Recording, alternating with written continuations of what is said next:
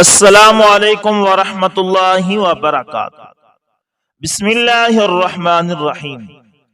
دوستو، بنو اسد قبیلے کے مالدار سردار زرار بن ازور اسدی کے دل نے شاہ امم سلطان مدینہ صلی اللہ علیہ وسلم کی صداقت اور دیانت و امانت کا اعتراف کرتے ہوئے رسالت مآب پر ایمان لانے کا پختہ ارادہ کر لیا، تو اپنے قبیلے کے چند افراد کو ہم نوا بنا کر رسول اقدس صلی اللہ علیہ وسلم کی زیارت کرنے اور اعتراف حق کرتے ہوئے دائرہ اسلام میں داخل ہونے کے لیے مدینہ منورہ جانے کا تہیہ کیا، اور جانے سے پہلے اپنا سارا قیمتی اثاثہ جو اعلیٰ نسل کے اونٹوں کی صورت میں موجود تھا اللہ کی راہ میں وقف کر دیا۔ اس ادائے قلندرانہ کا حال سن کر سرور عالم خلق مجسم صلی اللہ علیہ وسلم کو بہت خوشی ہوئی کہ ایک قوم کا سردار اور دشمن قبیلے کا خوفناک لڑاکا، بہادر، صادق دل یعنی صدقے دل سے متاع عقل و دانش سے کام لیتا ہوا ملت اسلامیہ کا فرد بن کر ہمارا دامن گیر ہونے کی سعادت حاصل کر رہا ہے۔ بھائی کی وارفتگی سے متاثر ہو کر اس کی بہادر بہن خولہ بنت ازور نے بھی اسلام قبول کرنے کا اعزاز حاصل کیا۔ یہ وہ عظیم خاتون ہے جس نے نقاب اوڑھ کر رومیوں کے خلاف جنگ لڑتے ہوئے مد مقابل کے بیشتر افراد کو اس خوفناک انداز میں تحقیق کیا کہ اس کی کاٹدار تلوار، ماہرانہ شمشیر زنی اور مجاہدانہ برق رفتاری کو دیکھ کر دشمن کا پتا پانی ہونے لگا۔ مجاہدین یہ منظر دیکھ کر خود انگشت بدندا رہ گئے کہ ہماری جانب سے لڑنے والا یہ تیز ترار مجاہد کون ہو سکتا ہے۔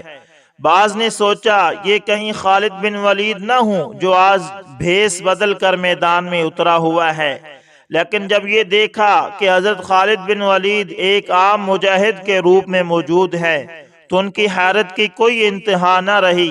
خود حضرت خالد بن ولید ورطہ حیرت میں مبتلا تھے۔ نقاب پوش مجاہد کے پاس جا کر پوچھا، تم کون ہے؟ کہاں سے آئے ہو؟ تو آواز آئی، اے امیر لشکر حیران نہ ہو، میں زرار کی بہن خولہ بنت ازور ہوں۔ یہ آواز سن کر تمام مجاہدین حیرت و استعجاب کی تصویر بن گئے۔ آنکھوں میں آنسوں کی چمک اس بات کی خمازی کر رہی تھی اور زبان حال سے یہ صدا آ رہی تھی کہ جب تک ملت اسلامیہ میں یہ جذبہ جہاد موجود رہے گا کہ وقت آنے پر مرد تو کجا خواتین میں دشمن کے دانت کھٹے کرنے میں پوری صلاحیت اور مہارت رکھتی ہوں گی، اس وقت تک دنیا کی کوئی بھی طاقت ملت اسلامیہ کو نیچا نہیں دکھا سکتی اور نہ ہی فتح اور کامرانی میں کوئی رکاوٹ حائل ہو سکتی ہے۔ دوستو، بنو اسد قبیلے کے ایک چلاک، عیار، فتنہ پرور، نابکار، ناہنجار اور موقع پرست طلیحہ بن خویلد اسدی نے مسلمہ کذاب اور اسود عنسی کے نقش قدم پر چلتے ہوئے رسول اقدس صلی اللہ علیہ وسلم کی حیات طیبہ کے آخری ایام میں نبوت کا دعویٰ کر دیا۔ بنو عبس، بنو زیبان، بنو بکر، بنو تئی، خطفان اور بدوی قبائل جو مدینہ کے قریب آباد تھے طلیحہ کے ہم نوا بن گئے تھے۔ ان کا کہنا یہ تھا کہ بنو اسد کا جھوٹا نبی ہمیں قریش کے سچے نبی سے زیادہ پیارا ہے۔ طلیحہ بن خالد کی اتباع انہوں نے اس لیے بھی اختیار کی کہ انہیں مدینے کی حکومت کسی طرح بھی پسند نہ تھی۔ یہ ہر صورت میں اس سے گلو خلاصی چاہتے تھے اور پھر زکوٰۃ کو بھی اپنے لیے تاوان تصور کرتے تھے۔ انہیں قطعاً یہ گوارا نہ تھا کہ مدینے کی حکومت کو یہ تاوان ادا کیا جائے۔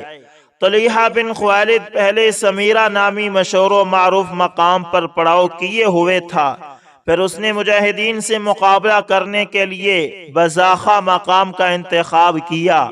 اس کے خیال میں بزاخہ مقام لڑائی کے اعتبار سے زیادہ مناسب جگہ تھی۔ طلیحہ بن خویلد نے بنو اسد میں، اسود عنسی نے یمن میں اور مسلمہ کذاب نے یمامہ میں نبوت کا دعویٰ کر دیا۔ شاہ امم سلطان مدینہ صلی اللہ علیہ وسلم نے زرار بن ازور اسدی کو طلیحہ بن خویلد سے نبرد آزما ہونے کے لیے روانہ کیا اور ارشاد فرمایا کہ بنو اسد کے مسلمان نمائندگان سے پہلے رابطہ قائم کرنا، انہیں ساتھ ملا کر طلیحہ کے مقابلے میں اترنا۔ حضرت زرار رضی اللہ تعالی عنہ نے ایسے ہی کیا، وہاں پہنچ کر پہلے مسلمانوں کو منظم کیا اور پھر طلیحہ سے جنگ کرنے کے لیے اس جگہ کی طرف روانہ ہوئے جہاں وہ پڑاؤ کیے ہوئے تھا۔ ابھی جنگ شروع نہیں ہوئی تھی کہ رسول اقدس صلی اللہ علیہ وسلم کے اس دنیا فانی سے کوچ کر جانے کی خبر موصول ہوئی، جس سے تمام مجاہدین غم و اندوہ میں مبتلا ہو گئے۔ نوآموز یہ صورتحال دیکھ کر بدکنے لگے، لیکن منجے ہوئے مجاہدین مشن کو کامیاب کرنے کے لیے اور زیادہ جوش ولولے کے ساتھ میدان کارزار میں اترے۔ اگرچہ طلیحہ کی فوجی طاقت میں بہت زیادہ اضافہ ہو چکا تھا، بہت سے قبائل باہمی رنجشوں کو چھوڑ کر دوبارہ آپس میں مل گئے تھے، تاہم حضرت زرار بن ازور کی قیادت میں مجاہدین پورے جوش و جذبے کا مظاہرہ کرتے ہوئے دشمن کا مقابلہ کرنے کے لیے میدان میں اترے۔ رسول اقدس صلی اللہ علیہ وسلم کی وفات حضرت آیات کی خبر سن کر چونکہ بہت سے قبائل طلیحہ کے ساتھ مل گئے تھے، اس لیے تاریخ اسلام کے عظیم جرنیل حضرت خالد بن ولید نے میدان میں پہنچ کر مجاہدین کی قیادت کا فریضہ اپنے ہاتھ میں لے لیا۔ طلیحہ کے لشکر کی کمان عیینہ بن حصن کر رہا تھا۔ خود طلیحہ ایک خیمے میں کمبل اوڑے لوگوں کو دھوکہ دینے کے لیے وحی کے انتظار میں بیٹھا تھا۔ جب دونوں فوجیں آپس میں ٹکرائی، لڑائی پورے زور پر تھی۔ عیینہ نے طلیحہ کے خیمے میں جا کر پوچھا، کیا کوئی وحی آئی ہے؟ اس نے کہا، ابھی نہیں۔ یہ سن کر وہ اپنا منہ لٹکائے ہوئے خیمے سے نکلا اور دوبارہ میدان میں جا کر لڑنے لگا۔ جب اس نے دیکھا کہ مسلمان دیوانہ وار لڑ رہے ہیں اور ہر طرف سے وہ آگے بڑھ رہے ہیں، پھر وہ میدان میں کھسک کر طلیحہ کے خیمے میں گیا۔ پوچھا، جبرائیل کوئی پیغام لائے ہیں؟ اس نے کہا، ہاں، ابھی یہ وحی آئی ہے کہ تیرے پاس بھی وحی آ چکی ہے جو مسلمانوں کے پاس ہے، یعنی تیرے پاس وہی کچھ ہے جو مسلمانوں کے پاس ہے، البتہ تیرا تذکرہ اور چرچا ایسا ہوگا جسے کوئی بھولے گا نہیں۔ عیینہ کو یہ سن کر بہت غصہ آیا اور اپنے جذبات سے مغلوب ہو کر کہنے لگا، واقعی تیرے ساتھ وہ کچھ ہونے والا ہے جو تو کبھی نہیں بھولے گا۔ عیینہ نے اپنی قوم بنو خزاع کو بآواز بلند پکار کر کہا، اے میری قوم کے جانثارو، رک جاؤ، اپنی جانیں بچانے کے لیے میدان سے بھاگ جاؤ۔ سنو اور یقین کرو کہ طلیحہ پرلے درجے کا عیار اور جھوٹا ہے۔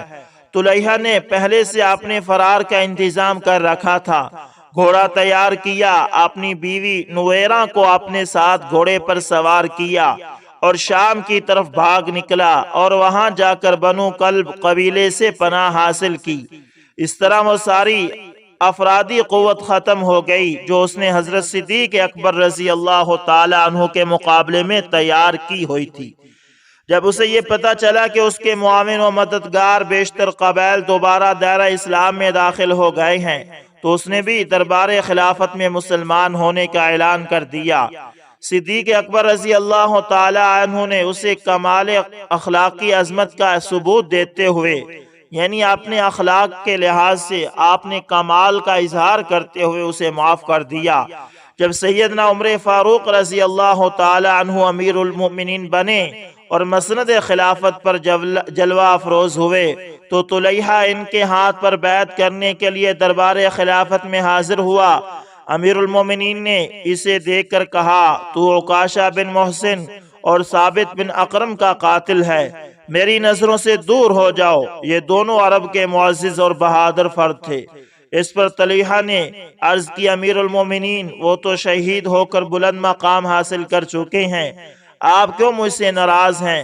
میں تو خلوص دل سے دائرہ اسلام میں داخل ہوا ہوں، عذرائے کرم مجھے بیعت سے محروم نہ کیجیے۔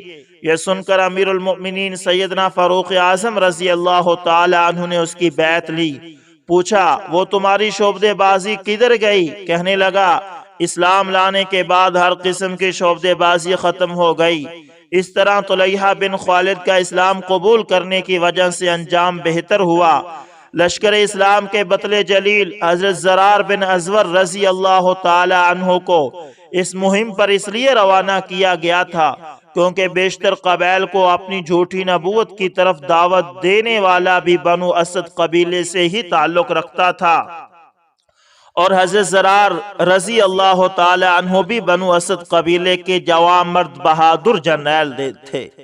طلحہ کی قسمت اچھی تھی کہ وہ مجاہدین کے نرغے میں آنے کی بجائے سرزمین شام کی طرف جان بچا کر بھاگ گیا، اور موقع پاتے ہی اس نے اسلام قبول کرنے کا اعلان کر دیا۔ اس طرح اس کی عاقبت اچھی ہو گئی۔ دوستو، سیدنا صدیق اکبر رضی اللہ تعالی عنہ مرتدین کا مکمل صفایا کرنے سے فارغ ہوئے۔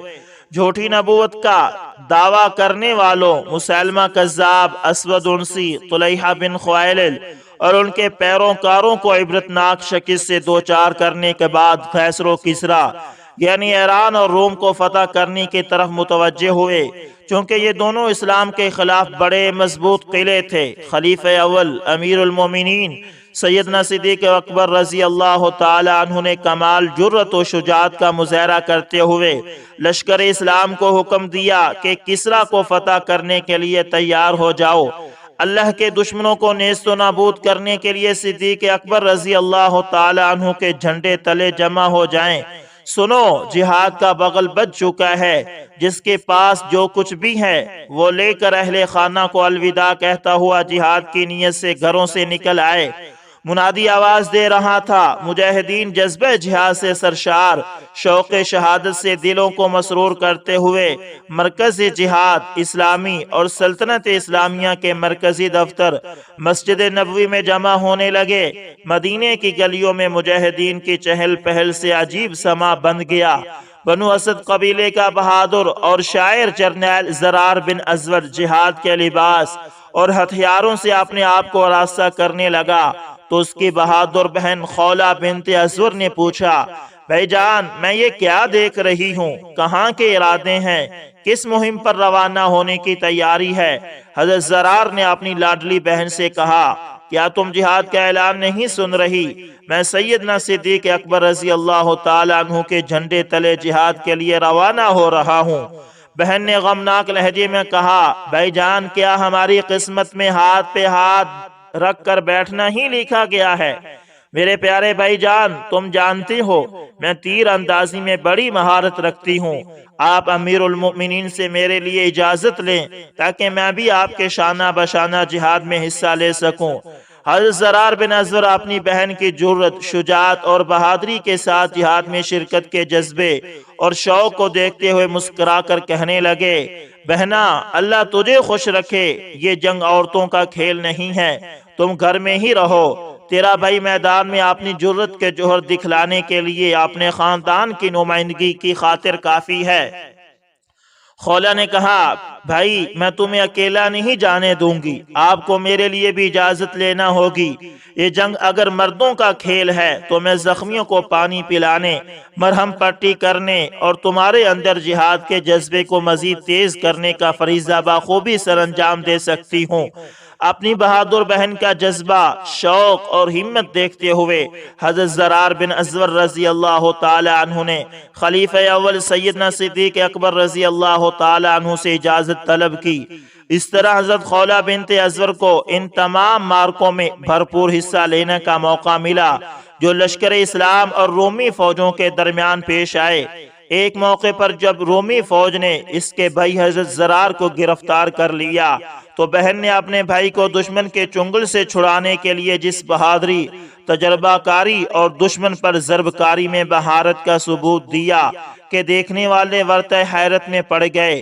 جب اسے پتا چلا کہ میرے بھائی کو دشمن گرفتار کر کے لے گیا ہے، اس نے بڑی تیزی سے نقاب اوڑا، تلوار ہاتھ میں لی اور خیمے سے باہر نکلنے لگی۔ دیگر خواتین نے پوچھا، ہم یہ کیا دیکھ رہی ہیں؟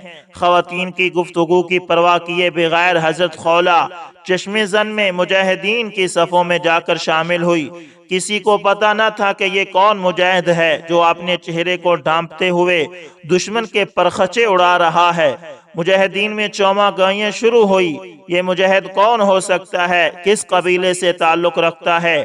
آخر اس نے نقاب کیوں اوڑا ہوا ہے؟ عظیم جرنیل حضرت خالد بن ولید رضی اللہ تعالی عنہ نے نقاب پوش مجاہد کے قریب ہو کر پوچھا، تم کون ہو؟ تمہارا کیا نام ہے؟ تیری مجاہدانہ کاروائی قابل صد تحسین ہے، تیرے زور بازو پہ آفرین ہے۔ اس مجاہد خاتون حضرت خولہ نے پردے میں سے جواب دیا، امیر لشکر میں زرار بن ازور کی بہن ہوں۔ یہ جواب سن کر اور یہ معلوم کر کے کہ دشمنوں کے پرخچے اڑانے والی ایک خاتون ہے تو حضرت خالد بن ولید کے حیرانگی کی کوئی انتہا نہ رہی۔ پوچھا، تجھے اس حالت میں میدان میں اترنے کا خیال کیسے ہوا؟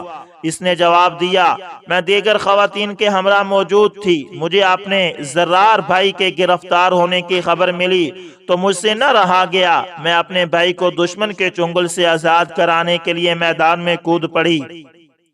حضرت خالد بن ولید رضی اللہ تعالی عنہ نے یہ جواب سن کر کہا، اللہ تعالیٰ تجھے جزائے خیر دے، تو نے آج واقعی بڑا کارنامہ سر انجام دیا ہے۔ دوستو حضرت خولہ نے کہا، امیر لشکر میری خدمات کا صلہ یہی ہے کہ میرے بھائی کو دشمن کی قید سے آزاد کرانے کی تدبیر کریں۔ حضرت خالد بن ولید نے کہا، آپ مطمئن رہیں، ہم آپ کے بھائی کو دشمن کے چنگل سے آزاد کرا کے دم لیں گے۔ حضرت خولہ نے پورے جوش اور ولولے سے کہا، میں اس مہم میں بھرپور حصہ لوں گی، کیونکہ اپنے بھائی کو دشمن کے قبضے سے آزاد کرانے میں جو تلخ جذبات میرے ہو سکتے ہیں وہ اور کسی کے نہیں ہو سکتے۔ حضرت خالد بن ولید رضی اللہ تعالی عنہ نے رومی فوج پر ایک زوردار حملہ کیا جس میں بہت سے رومی فوجی موت کے گھاٹ اتر گئے اور کافی تعداد گرفتار ہوئی، لیکن بنو اسد قبیلے کے سردار حضرت زرار بن ازور کو آزاد نہ کرایا جا سکا اور نہ ان کا کوئی سراغ ملا۔ دن ڈھل گیا، رات کی تاریکی سایہ فگن ہونے لگی۔ ایک مسلمان جرنیل حضرت خالد بن ولید کے خیمے کے پاس آیا اور پوچھا، امیر لشکر زرار بن ازور کی رہائی کے لیے کیا تدبیر سوچی ہے؟ آپ نے فرمایا، رومی قیدیوں میں جو سب سے زیادہ عمر رسیدہ ہوں اس کو میرے پاس لاؤ، میں نے اس سے چند ضروری معلومات حاصل کرنی ہے۔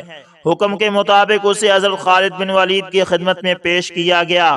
اس سے حضرت زرار بن ازور کے متعلق پوچھا تو اس نے کہا، مجھے اس کی کوئی خاص نشانی بتاؤ کیونکہ میں تو اسے پہچانتا نہیں۔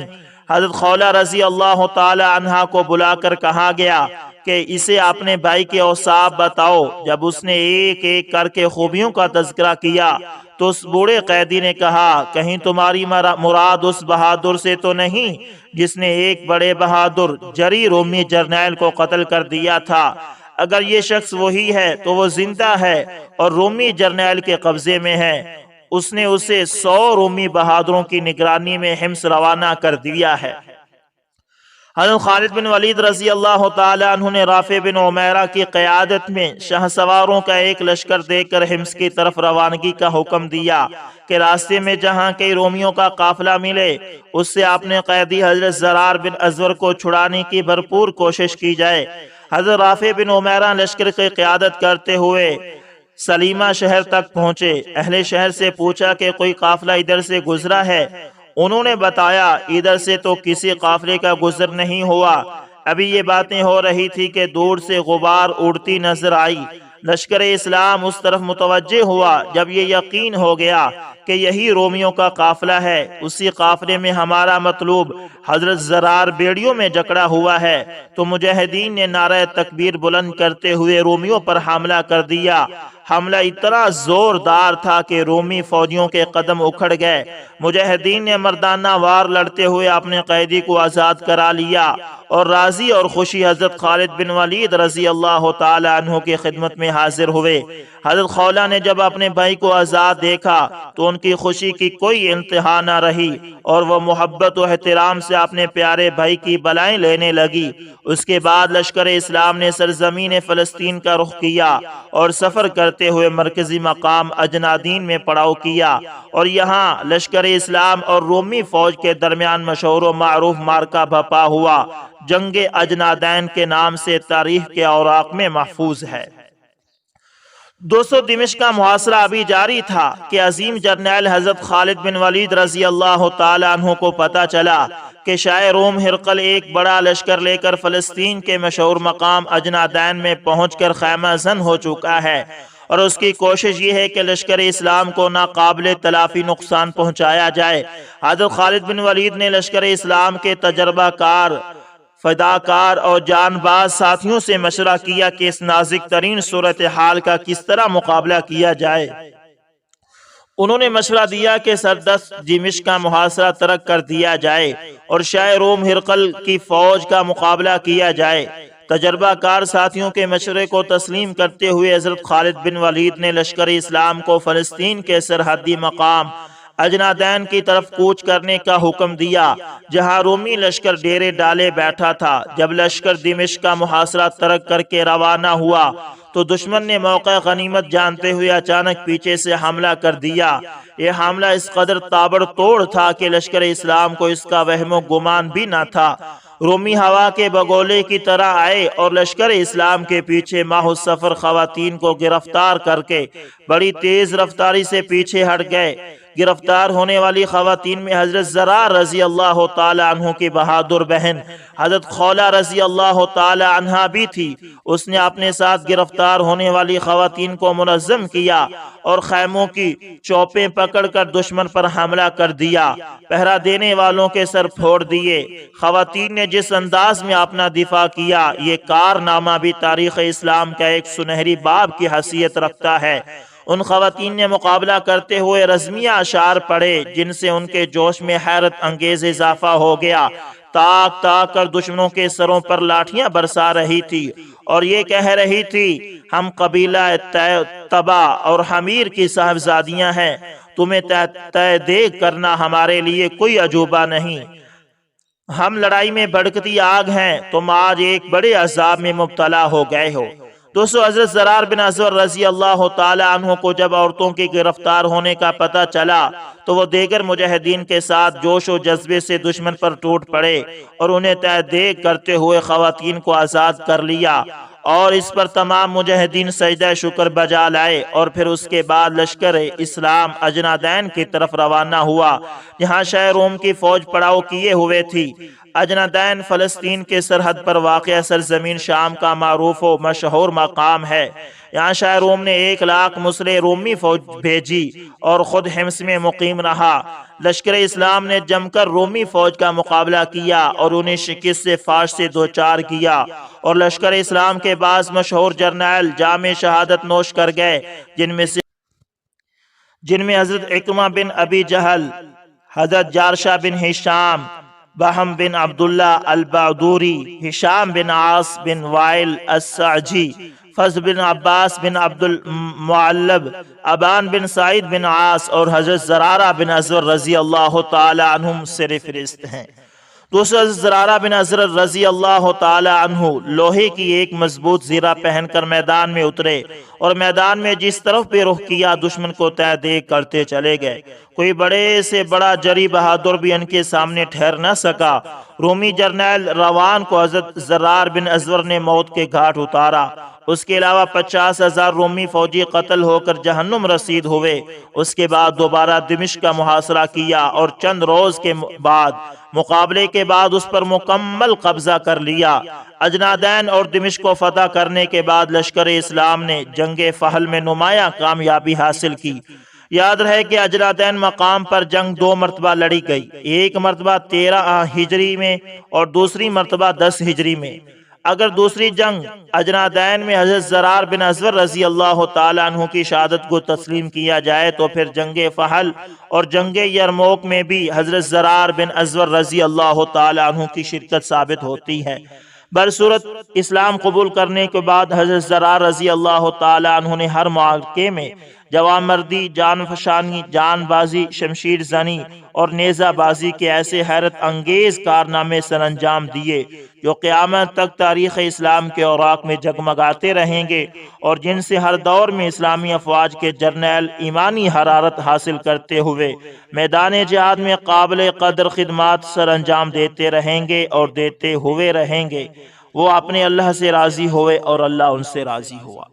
تو دوستو یہ تھے حضرت زرار رضی اللہ تعالیٰ عنہ، جن کی زندگی کے مختلف قصے آپ کے سامنے شیئر کیے گئے۔ اللہ تعالیٰ سے دعا کہ اللہ تعالیٰ ہمیں صحابہ کے نقش قدم پر چلنے کی توفیق عطا فرمائے۔ ملتے ہیں کسی نیکسٹ اچھی سی ویڈیو کے اندر، تب تک کے لیے اللہ حافظ۔